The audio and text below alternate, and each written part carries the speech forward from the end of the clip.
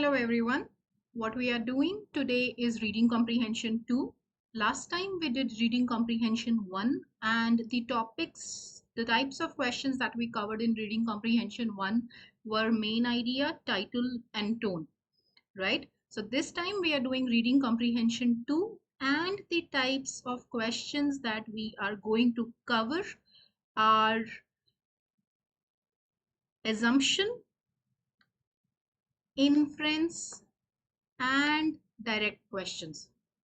Okay, so these are the three types that we are going to focus on today. Okay, so shall we begin? Okay, now this is a 3-slide passage. Okay, you can pause the video, okay, read the passage and then replay the video once you have read the passage. Okay, so slide 1, slide 2. Okay, in slide 2 the word acoustical means related to sound. Okay, acoustical means related to sound. Okay, slide 3, and the question type we are doing on this is direct questions or fact-based questions. Okay, direct questions, to explain you what are direct questions, as the name states, these are questions to which answers are pretty much directly given in the passage. Okay, let's have a look at the question here. What major change happened to the hall in 1946? Okay, so the question is specifically related to 1946. Okay, let's go back and check where are we talking about 1946. This is where we are talking about 1946. Okay, let's read this. A renovation in 1946 seriously damaged the acoustical quality of the hall when the makers of the film Carnegie Hall cut a gaping hole, a big hole in the dome of the ceiling to allow for lights and air vents.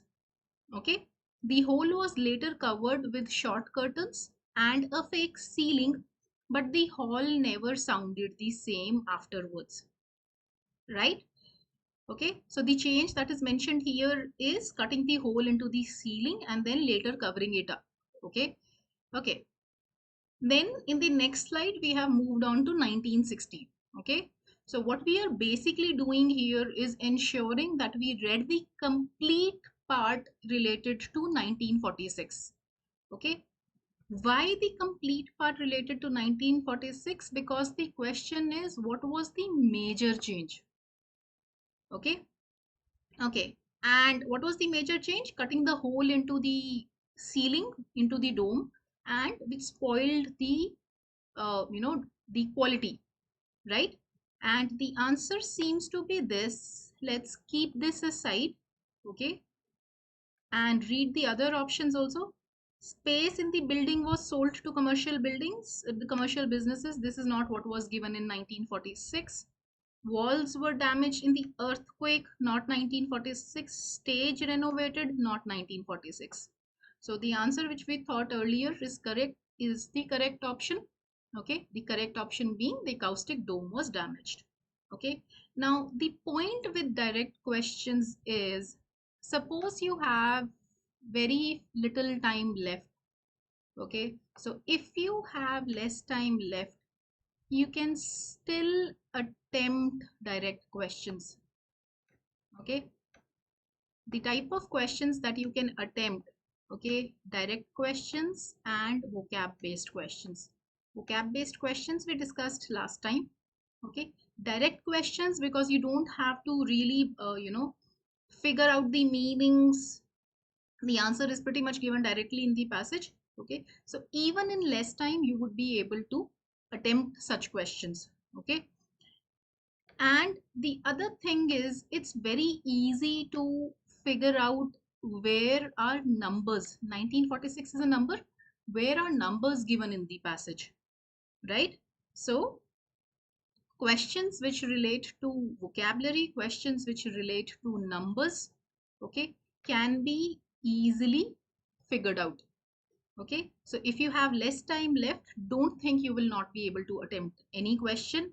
Okay, chances are you might still be able to attempt the questions, attempt a question or two.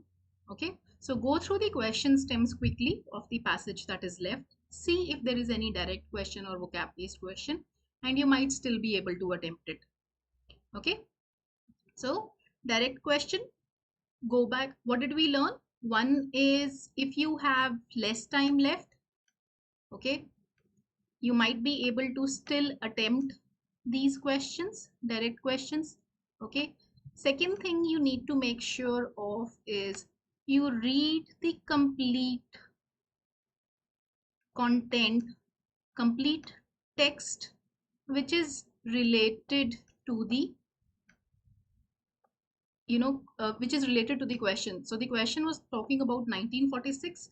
Please make sure you read the complete paragraph, just in case two uh, uh, two changes are given. Two changes happened in 1946.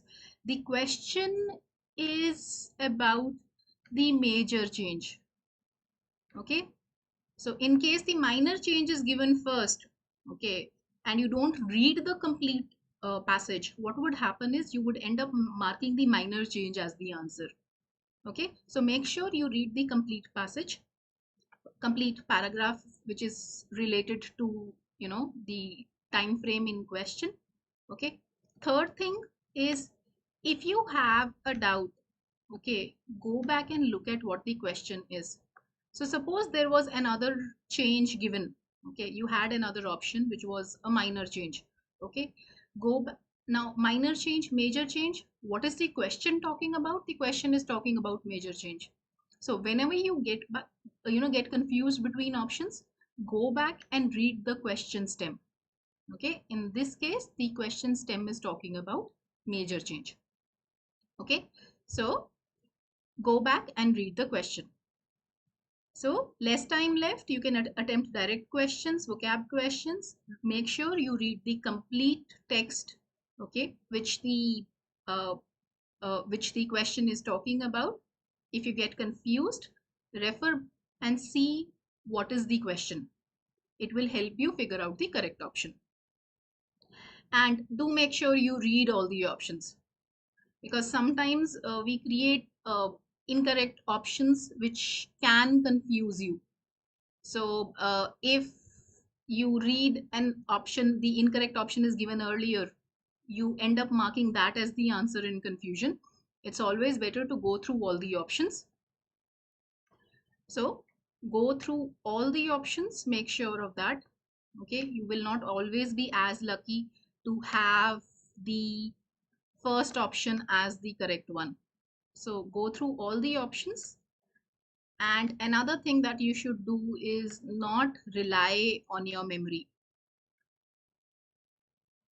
because if you rely on your memory, you might take the second option as the correct one, because the second option is true. Okay, second option is true, but it is not the renovation that happened in 1946. So it's true, but it's not the answer to the question. So make sure you don't rely on your memory, because you would remember the second one also. So better to go back and check what was the specific change in 1946. So these are your major 5 learnings from this question. Moving on to the next question type. The next question type that we are doing is assumption. And the word assumption, okay, the word assumption comes from the word assume. So when the question is asking you assumption, he is asking you what did the author assume? Okay, what did the author assume? And since we are talking about assuming, okay, so answer to an assumption question cannot be a fact. In other words, answer to an assumption question cannot be something which is given to you, which is stated. assumptions by definition, if you look at the meaning, okay, assumption is something which is assumed, which is not stated. To give you a simple example, if I say the person X is going to come first in the race, okay, there is a race which is going to happen, and person X is going to come first. So let's say that I say that there's going to be a race. So that's the first fact that is given to you. Second fact that is given to you, I'm saying the person X has put in a lot of hard work. And on the basis of these two things, I am concluding that he is going to come first in the race. Okay, so one assumption here, one thing that I am assuming here is that he will turn up for the race. He will come, he will be able to appear for the race. Okay, he will not miss the race. Okay, the question of assumption arises because we don't state everything. We don't state everything. Some things we assume, some things we take for obvious. Okay, like in this case, when I say that there is going to be a race and this person X has done a lot of hard work, he's practiced a lot, and I'm saying that he's going to come first, I'm assuming he's going to turn up for the race. He's not going to miss the race. So assumptions are actually the gap between facts and conclusion. Okay, these two facts were given to you. This is the conclusion. So what is the thing that is missing in between? What is the thing that I am assuming? So assumptions are the gap between facts and conclusion, things that the author assumed, things that he did not state. So those are your assumptions. We are going to take examples of how assumption cannot be something which is stated. But to give you one example right here, an assumption cannot be that there is going to be a race. That is already given to me. Though it is true that there is going to be a race, but this is not the answer to the question, what is the author assuming? Okay, so answer to an assumption question cannot be a fact. So what did we learn from this slide? We learned the basic meaning of assumption. Assumption is something that the author is assuming, and by implication, since he is assuming it, answer to an assumption question cannot be something which is stated, which is a fact, which is given to you already. And how do we define assumptions? We define assumptions as the gap between the fact and the conclusion. And another thing, if you noticed, is I am saying what did the author assume. I am not talking about the readers, our assumption. I am talking about what did the author assume. So another point here is that assumptions are always from the point of view of the writer or the speaker. So the person who wrote the paragraph, the assumptions are from the point of view of that person. They are not from our viewpoint. For example, you might have some reason to believe that X will not turn up for the race. Okay, so that is your viewpoint. So assumptions are from the point of view of the author. If the author is saying that the person is going to come first in the race, okay, he is assuming that the person is going to turn up. What you think that he's not going to turn up might be factually correct because you have some extra information that he's not going to turn up. So that does not mean that you can use your knowledge. You have to go from the point of view of the author, right?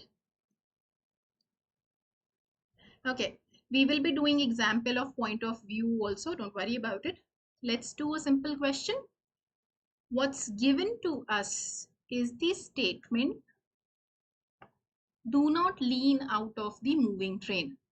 Okay, so someone is, let's say X is telling Y, do not lean out of the moving train. Now, which of these two is a valid assumption? Pause the video, try it yourself, and then replay the video. The answer in this case is first is a valid assumption. Whenever someone tells something to another person, that saying something will have an impact is a basic assumption. Why would X tell something to Y if he believes that it will not have some impact? So a statement will have an impact if something is done. There is supposed to be result of that thing being done. So if a person is saying something, there is going to be some impact is a standard assumption. Let's look at the second one. Leaning out of a moving train is more dangerous than leaning out of a moving bus. I believe this to be true. Okay, I see this as a fact. But the question is, which of the following is a valid assumption? And in assumption questions, okay, a test of assumption is negation. So if you get confused between two options, what you should try is negation. What do I mean by a negation? Turn the statement on its head, make it negative. Okay, to give you a simple example, he is intelligent. Negated, he is not intelligent. Okay, he is stupid. So how do I negate the second assumption? Leaning out of a moving train is not more dangerous than leaning out of a moving bus. Okay, I have negated this. Now in negation, the first thing, make it negative and then see what is the impact on the main idea, the conclusion.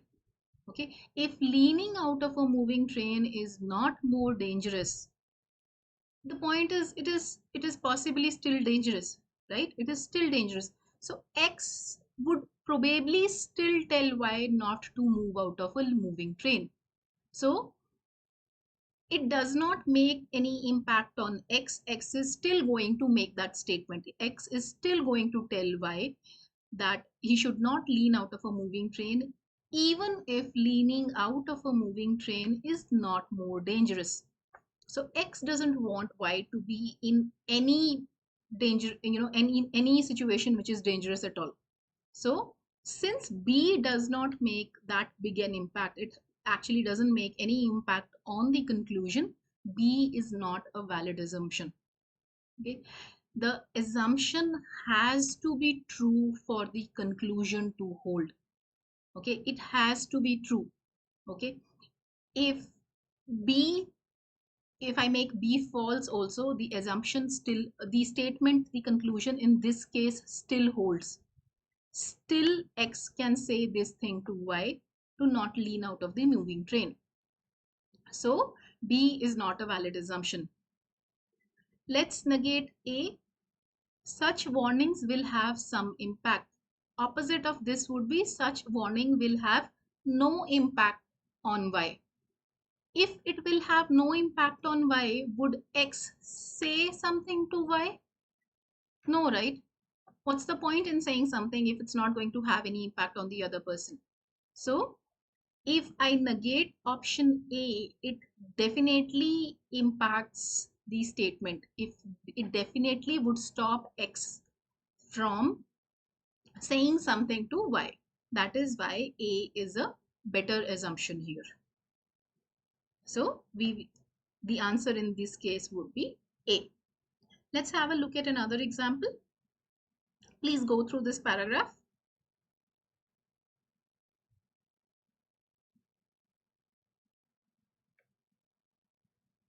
The main point of the author here is farmers of large farm should adopt the same measures. Which measures?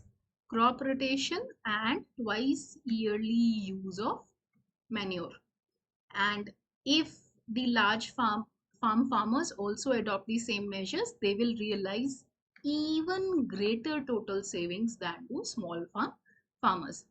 So when the author says that they should adopt the same measures and they will have greater total savings, what is he assuming? Pause the video here, try the question yourself, and then come back. The answer in this case is option number 2. When the author says that large farm farmers should use the same measures, should adopt the same measures of twice yearly using manure, of crop rotation and using manure, a sufficient amount of manure will be available is something that the author is assuming. Because if sufficient amount of manure is not available, there is no point in saying that use the same measures. Okay, so if I say if you put in hard work in the 3 months before your exams, you will succeed. So I am assuming that you have 3 months, you have time before your exams. So uh, if you don't have time, you're not going to succeed. You need that time, right? So here when the author is saying use manure, he is assuming that the amount of manure will be available. Okay, like I said, when you if you put in effort, you will succeed. I am assuming you would have time, the requisite time. So here the author is assuming that the large farm farmers would have the requisite, the sufficient amount of manure available to them. Okay, let's look at what is wrong with the other options. Option 1, it is more cost effective for small farm farmers. Now this is something which is contradicting what the paragraph said. The paragraph said that the large farm farmers would have even greater savings. If the large farm farmers would have greater savings, how is it more cost effective for small farm farmers? Okay, so there will always be an option which mostly be an option which does the opposite. Okay, so option 1 is incorrect. Let's look at option number 3. Large farm farmers would not realize similar cost benefits. Okay, would not realize similar cost benefits by using treated sewage sludge instead of commercial chemical farm fertilizers. Now the conclusion was talking about manure and crop rotation. Okay, so farmers would realize similar benefits, would not realize similar benefits. That is immaterial here. That doesn't affect the conclusion.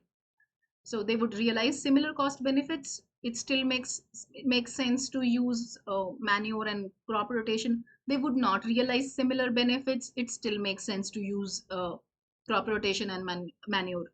So third one is talking about something which goes beyond the scope of the question, and more than that, if we negate this, it does not create any impact on the conclusion. Hence, the third option is eliminated. Let's look at the fourth option. And how we are going to eliminate is use negation again. Okay, large farmers don't generally look to small farmers for innovative ways. So they don't generally look, but this one time they are looking. Okay, so this one time they are copying what these small farmers do. So if they don't generally look, but this one time they are copying, they can still get the benefits, right? So negating this also doesn't have any impact. Hence option 4 is also incorrect. The correct option here is option number 2. So what did we learn from this question? 1, you can have options which are talking about the opposite. Second, if you get confused, try negation, because the assumption has to be true for the conclusion to be true. Okay. Okay, let's try another question. Please go through the question, pause the video and go through the question.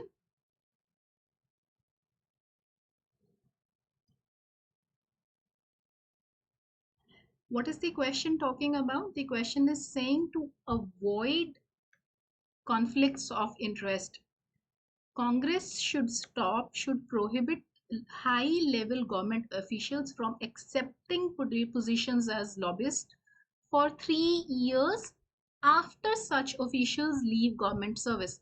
So after a high-level government official leaves government service, he should not accept the position of lobbyist for the next 3 years after he leaves the service.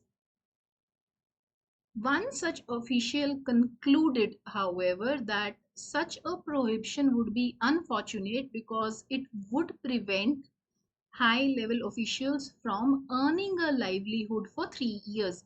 So for 3 years after leaving their job, if you are going to stop them from accepting positions as lobbyists, they will not be able to earn their livelihood. Okay, and the question is, what is the official's assumption in this case? Let's have a look at the options.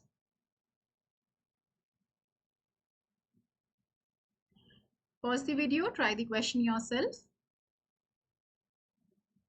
The correct answer in this case is option number C. The correct option is option number C. High-level government officials who leave government service are capable of earning a livelihood only as lobbyists. You should always pay attention to certain words like only, and to tell you other words which you should pay attention to. Okay, words which talk about number and frequency. Okay, words like some tells you a number, many, most, few, a few. Then words which tell you frequency like always, never, sometimes. So these words you should always pay attention to. Only is another word which you should always pay attention to. So certain words are important. What is the option saying here? That they can earn their livelihood only as lobbyists. Let's try to negate this. They can earn their livelihood not only as lobbyists, so they have other ways of earning their livelihood. Now if they have other ways of earning their livelihood, the conclusion goes for a toss. The conclusion that they will not be able to earn their livelihood if they don't get a job as lobbyists, okay, that goes for a toss. So C is a very strong assumption. Okay, let's look at what is wrong with the other options. Let's look at option number A. Option number A is talking about laws should not restrict the behavior of former government officials. Okay, let's try to negate this. Laws should restrict the behavior. Now, there are two things that you should take care of here. One is the word behavior. The question was talking about what they take up as a job. The question is not talking about behavior. What job you do is different from what behavior. Okay, a person A in the same job can behave very differently from another person in the same job. It is true that such a person might not be very successful, but the point here is we are talking about behavior. We are not talking about restricting job opportunities. Okay, we are talking about restricting behavior. So one thing that sends this makes this option incorrect is the word behavior. The second thing is try negation. laws should restrict the behavior. So if your behavior is restricted, so former government officials are restricted that they are not ever supposed to be rude, let's say. Okay, example of the behavior. So they're not supposed to be rude. They can uh, still work as a lobbyist. Okay, they can choose not to work also. So A option doesn't really make an impact on the conclusion. Hence, option number A is incorrect. It's not a valid assumption. Let's look at option number B. Low-level government officials do not often become lobbyists when they leave government service. Now, the question is talking about high-level officials. Okay, so this is not something which is relevant to the question. What the low-level government officials do, what they don't do, is not relevant to the conclusion, which is specifically about high-level government officials, because you want to avoid conflict of interest, right? So the question is not about low level government officials, hence this option is irrelevant. Okay, and if you try negation also, this doesn't matter because the conclusion about high level government officials will still hold. Okay, option number D. High level government officials who leave government service are currently permitted to act as lobbyists for only 3 years. Now, this is an option which is made to confuse you. What is this option talking about? This option is talking about the duration. Okay, the duration of the service. This option is talking about the duration of the service, that the tenure of the service should not be is 3 years. Okay, mind you, this is not talking about 3 years immediately after they leave their job. So if I am a high level government official who is leaving her job in 2021, whenever I work as a lobbyist, say from 2025, I will be able to work as a lobbyist only from 2025 to 2028 for 3 years. Okay, so this is talking about the duration, and the duration doesn't have to be immediately after. Okay, so the conclusion that they will not be able to earn their living, okay, uh, doesn't get impacted. So because I can earn I can earn my livelihood, say from 2026 to 2022 to 2025, so I am able to earn for those 2 years, right? So if you look at this, make sure that you understand that this is talking about the tenure. This is not talking immediately after you leave the government service, right? Okay, looking at option E, lobbyists are typically people who have previously been high level government officials. Okay, so if there are 100 lobbyists, and this is saying that they are mostly they are people who have been high level government officials. Let's try to negate this. Lobbyists are not typically government officials, ex high level government officials.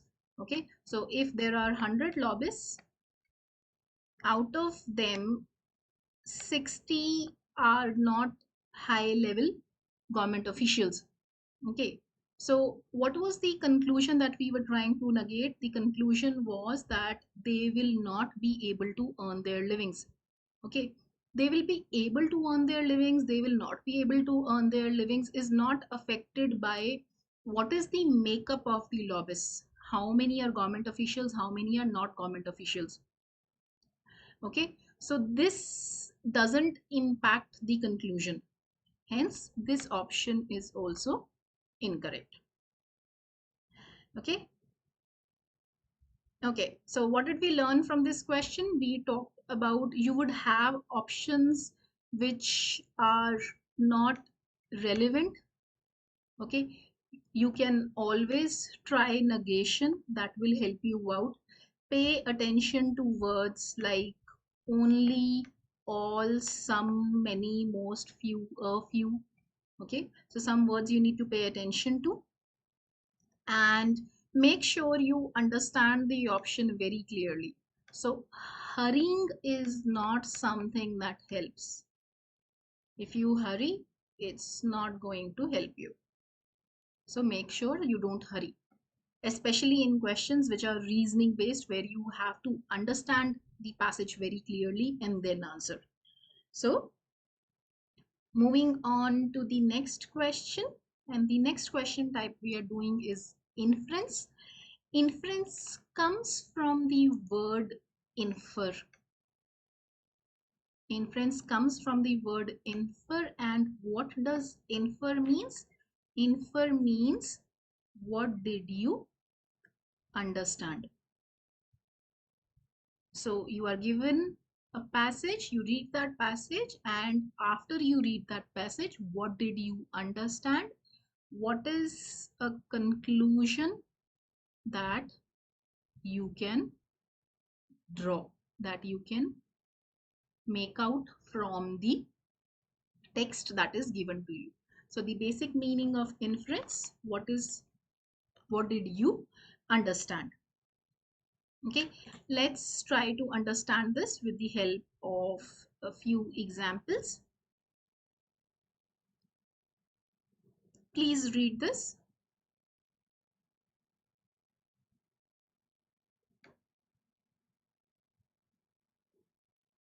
Pause and read this and come back once you have read. Okay. Again, pause and try the question. Come back once you have solved the question. The correct answer in this case is the chemical division has realized lower profits per dollar of sale than the pharmaceutical division. Okay. Now, why is this the correct option? Because the pharmaceutical division has lower percentage of sale. 20% sales are of pharmaceutical division, okay, and the balance, so the balance 80% sales are of the chemical division, okay.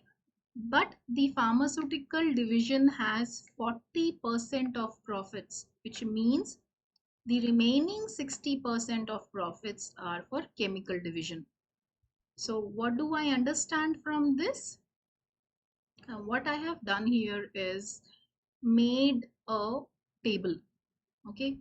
I would highly recommend writing. You are given a notepad in your CAT exam. So I would highly recommend writing, especially in questions where there is data. What writing does is it improves your understanding of the question. And when you're writing, you can use as many shortcuts as you want. For pharmaceutical division, you can simply write PD. For chemical division, you can simply write CD. So what was given was that of the sales, 20% is contributed by the pharmaceutical division, the balance by the chemical division, and of the profits, 40% by the pharmaceutical division and the balance 60% by the chemical division. Okay, so I just added a little bit more. I added a few, numbers to it for my understanding. Let's assume the total sales are 100 crores. Okay, if the total sales are 100 crores, 20% would be, sorry, 20 crores, right? So 20 crores is your sales for the pharmaceutical division, and 80 crores is the sale for the chemical division, a total of 100 crores. And let's say that the profit is 10 crores. So 40% of the profits, so 40% of 10 crores, 4 crore is the profit for pharmaceutical division, and the balance 6 crore is the profit for chemical division. Now, what is the profit per unit of sales? 6 crore by 80 crore for chemical division and 4 crore by 20 crore for the pharmaceutical division, which is approximately 1 by 5, and this is approximately 1 by 13 approx. So 1 by 5 is a higher figure, right?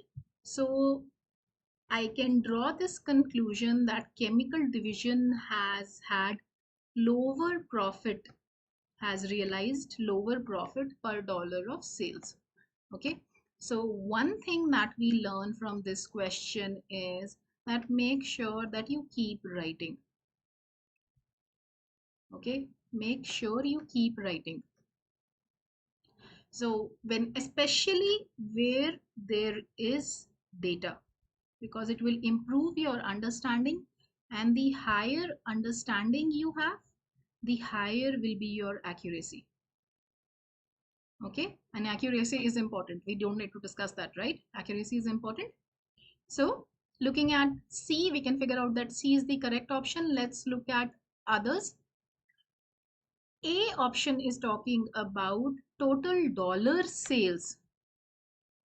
Okay, total dollar sales. If you go back and look at the question says it has been consistent.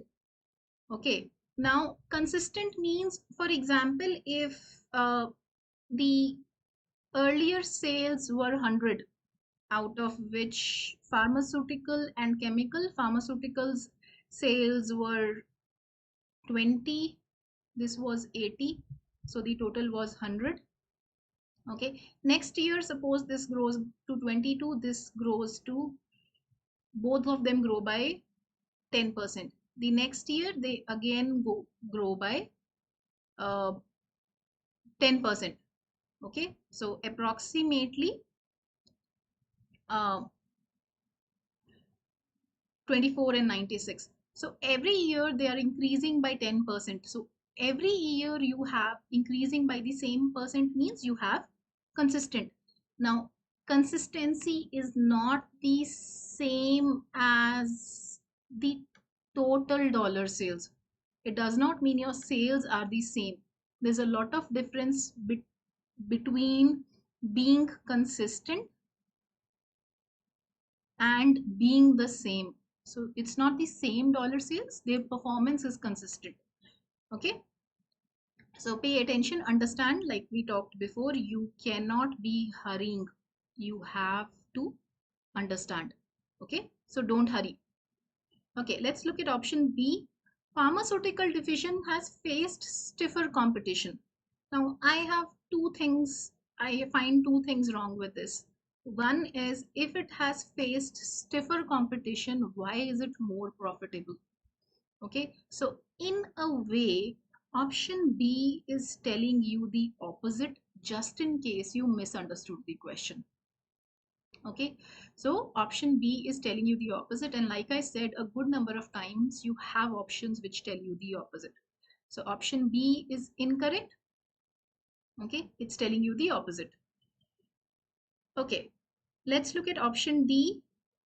Highly profitable products accounted for a higher percentage of chemical division. So if chemical division has more profitable products, why does it have less profit relatively? Okay, relatively per dollar of sales, why does it have less profit? So this is also an option which is doing the opposite. Okay, moral of the story, you have to understand the passage. Next is the product mix offered. There is no information given about the product mix to me in the passage.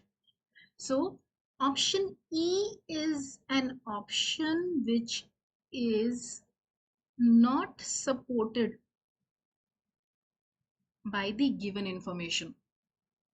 Okay, one thing with inference is whatever you infer, whatever you the conclusion you draw, whatever is the conclusion that you draw, you have to make sure that it is supported by the given information. It cannot be not supported.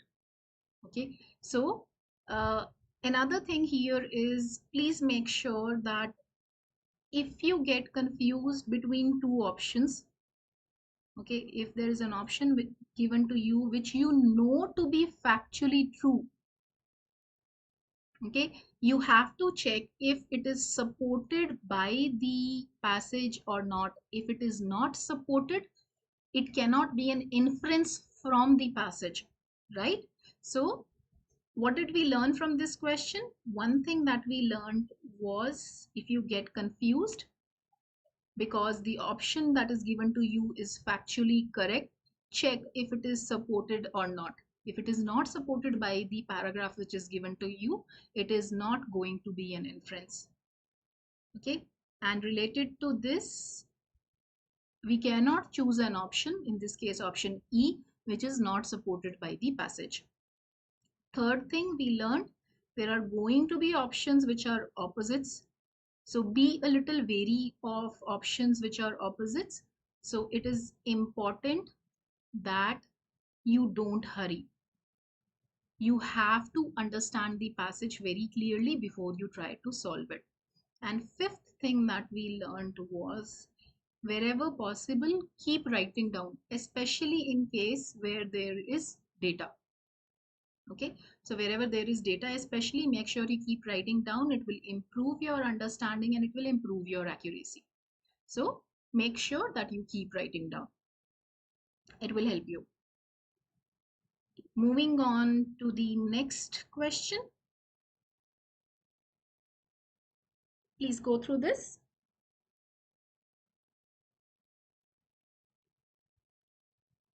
Increases in the level of HDL. So if you increase the level of HDL, it will lower cholesterol levels. Okay, and levels of HDL of some individuals are significantly increased by a program of regular exercise and weight loss. So if you are undergoing regular exercise and weight loss, your levels of HDL will increase. This is what is given to us. Now let's see what can we infer. Okay, try the question yourself, pause the video. Okay, the correct answer in this question is option number 4. From the information that was given to me, I know regular exercise and weight reduction can lower cholesterol levels. Why it can lower cholesterol levels? Because it will increase the HDL levels, and increase HDL levels lower cholesterol. So increased regular exercise and weight reduction increases HDL level. HDL level, when it increases, it will lower the cholesterol level. And this option very smartly ensures that the passage was talking about some individuals. The option is also talking about some individuals. Had I changed one word here from some to most, this option could not have been so properly inferred. So you have to be careful of the words. Okay, but in this case, it works perfectly well because we are using the word some. So option 4 is correct. Let's look at why the other options are incorrect. Okay, first, individuals who are underweight. Okay, now there's a saying which says excess of anything is bad. Okay, but too less of something can also be bad. Okay, so if you are underweight, even that is not healthy. Okay, so one problem here is that underweight people were not talked about in the passage. Okay, underweight people are not talked about the passage just because I I lose weight and I become a fit person. Okay, it's not the same as I lose weight and I become an underweight person. Okay, so underweight was not talked about, so this is not supported. This cannot be as properly inferred. And what raises questions on this option even more is the use of the word any. So any word and the word high levels of cholesterol. So you have words which are making the options extreme. I am not saying extreme options are always incorrect. They can be very good also in certain cases. But here, because they are extreme, they are not supported by the passage, and also they talk about underweight people. So the first option is incorrect. Let's look at the second option. Individuals who do not exercise regularly have a high risk of developing high levels of cholesterol in the bloodstream late in life. Okay, now this might sound like it is factually true, but is it supported by the passage in question? Especially considering the use of extreme words like high, especially talking about late in life, we don't know. Okay, so these high are enough, okay, for us to eliminate this option. Let's look at option 3. Exercise and weight reduction are the most effective methods of lowering blood cholesterol levels in human beings. Most is superlative. When I use the word most, I am obviously comparing with other methods. But does the passage talk about any other method? No. If the passage doesn't talk about any other method, okay, how can I infer, how can I understand that this is the most effective? It is effective, no doubt about that. But is it the most effective method? Are these the most effective methods? I don't know. So, not that properly inferable, right? Let's look at option number 5. Only, see again that word, only regular exercise is necessary. The question was talking about regular exercise and weight reduction. So you might be exercising regularly, but if you're not controlling your food intake, your calorie intake, you might not, still be that healthy. Okay. So only regular exercise is necessary to decrease cholesterol levels in the bloodstream of individuals who are average weight. If you eat too much, trust me, you will gain weight, right? So option 5 is extreme on the because of the usage of the word only. So we will eliminate this as this only is also not supported by the passage in question. Okay, so what did we learn from this question? We learned from this question that we should avoid extremes. One thing we learned, we should avoid extremes. We have to make sure that the option is supported. Okay, even, and the next thing we learn, even if something sounds true, okay, even if something sounds true, you have to make sure that it is supported by the passage. Be careful of superlatives and comparatives. I cannot even use that they are more effective than other methods. All that is given in the passage is that they are effective. Okay, they are effective. It will significantly help, but more effective than any other or most effective, we don't know that. Okay, and then another example of extremes is what we have in option number 5. Option number 4, supported throughout. Regular exercise and weight reduction, that is given in the last line. Some individuals given there, and it increases the level of HDL, and increasing the level of HDL lowers bloodstream cholesterol is given to us before that. Okay, so to sum up what all we have learned, for inference, what we learned was that we draw conclusion on the basis of what is given to us. So inference, what is the basic meaning? We draw conclusions on the basis of what is given to us. Second, wherever you have statistics, make sure that you are writing, and writing otherwise also making short notes will help improve your understanding and hence your accuracy. So keep understanding, keep writing, keep improving your accuracy. Make sure of options which are true, that they are supported by the passage also for them to be for them to be the answer to the question.